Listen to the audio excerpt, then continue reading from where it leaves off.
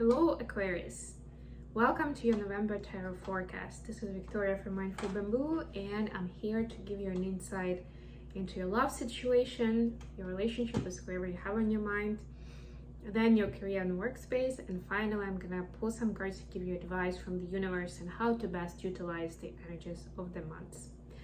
At the end, I'm gonna also pull some cards from my Hermit Tarot deck to get you some messages from your person. And of course, I always start with an oracle deck.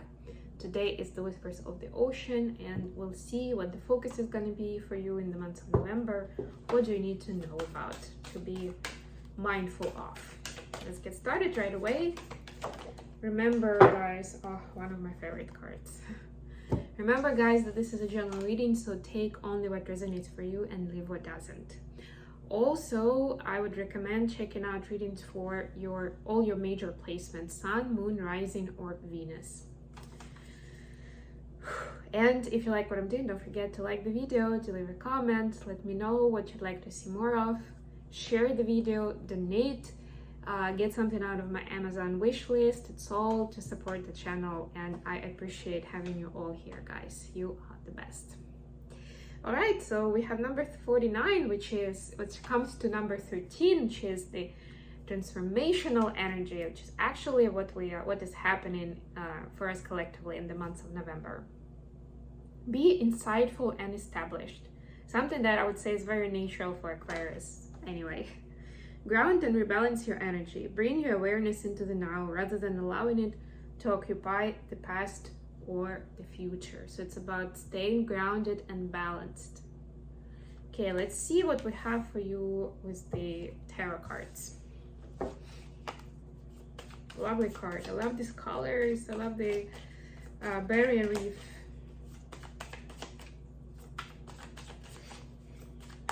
And it says it's insightful and established because when you are centered, when you are grounded, when you find inner peace, that's when you're receiving those insights from the higher power, from your own soul, from your, listening to your inner voice. And that's when you become established. That's when this power, it kind of spreads around and people can sense it.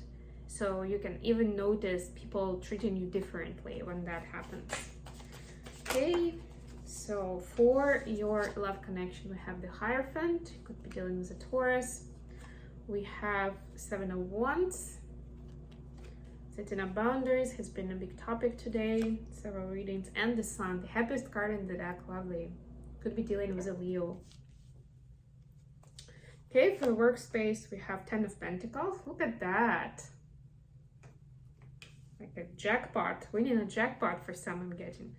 Somehow. The Chariot. But remember that's another message here, that in order to win a jackpot, you're supposed to buy a ticket. A piece of wisdom for someone. The Chariot here. It's Pisces energy. Ten of Wands. Ending a cycle of searching. Then we have, for the advice, we have Two of Pentacles. We have the Moon, could be dealing with Cancer. And we have Eight of Swords. Bottom of the deck, the High Priestess. A lot of watery energy, it's interesting. But it's also true, of course, that we're in the Scorpio season, which is the water element. Some strong feelings and emotions may come up to you in the months of November. Some triggers. I mean, it's great when it's the Sun energy, right? It's just emotions that are like all about joy and happiness and feeling euphoric in the moment.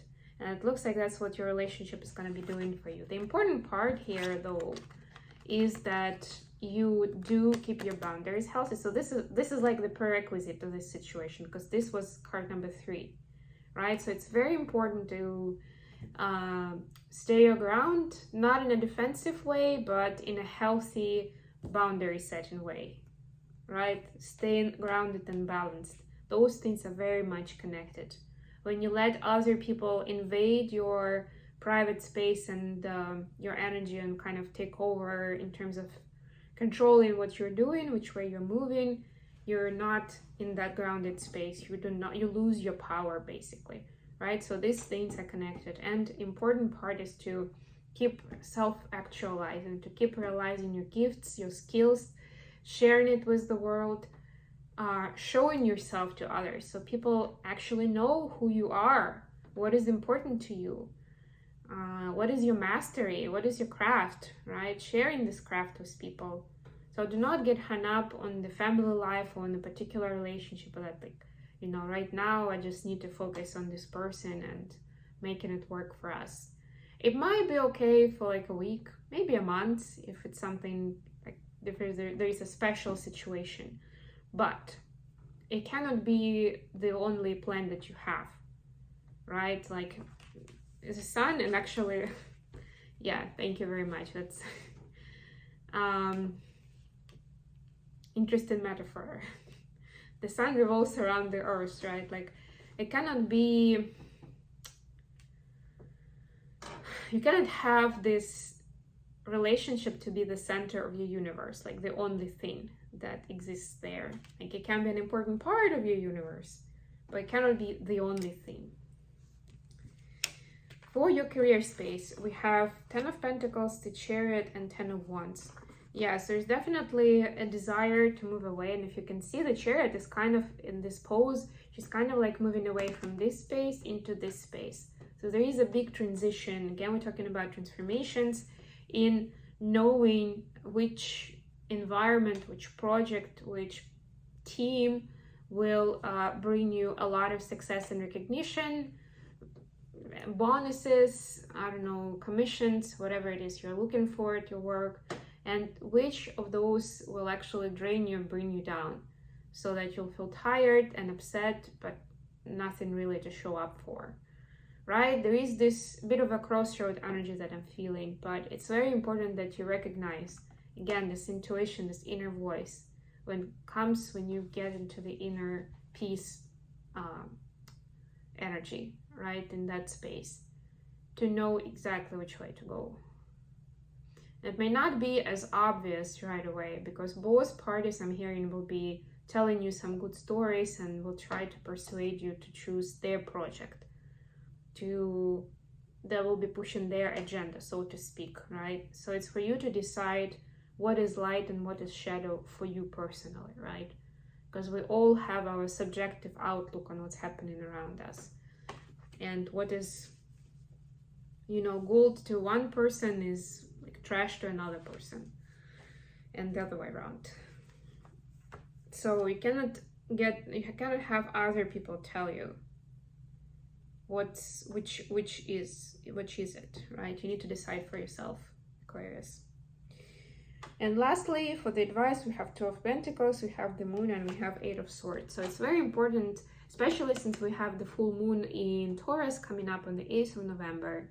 It's very important to use this momentum, this full moon energy, and it's a lunar eclipse as well, to be able to free yourself from having to juggle too many things at a time, to kind of stay on top of everything, even if it's not really making sense anymore. Like it's too much trouble and it's not worth it. And from release for yourself from self-sabotaging thought patterns, right? Where other people may not even, so you feel like they either disapprove of what you're doing, or they like pay a lot of attention to you and they criticize you a lot. But at the end, I'm getting that a lot of them don't even care as much as you think they do, right? Even if they mention something casual, it's something they do, again, out of habit, not because they have particular emotions and feelings towards you and what you do. So it's very important not to set yourself up for failure from that perspective. And the full moon will highlight those situations, will bring light, will bring insight to those situations where you are making it too big of a deal, and also where you were kind of like running in a treadmill or in a hamster wheel, where you're like putting in a lot of effort but you're not actually moving anywhere, right? So you're supposed to let go of those situations, of people who get you in those situations. Okay, let's see what we have in terms of messages from your person, Aquarius. Messages for Aquarius. Thank you. So we have, this love scares me. I still don't have all the answers, and can't even look at you right now. Yeah, so it's so intense, it's intimidating, at least to your person. And this can actually, fear can bring up patterns of being codependent, of clinging towards a person, of trying to control them.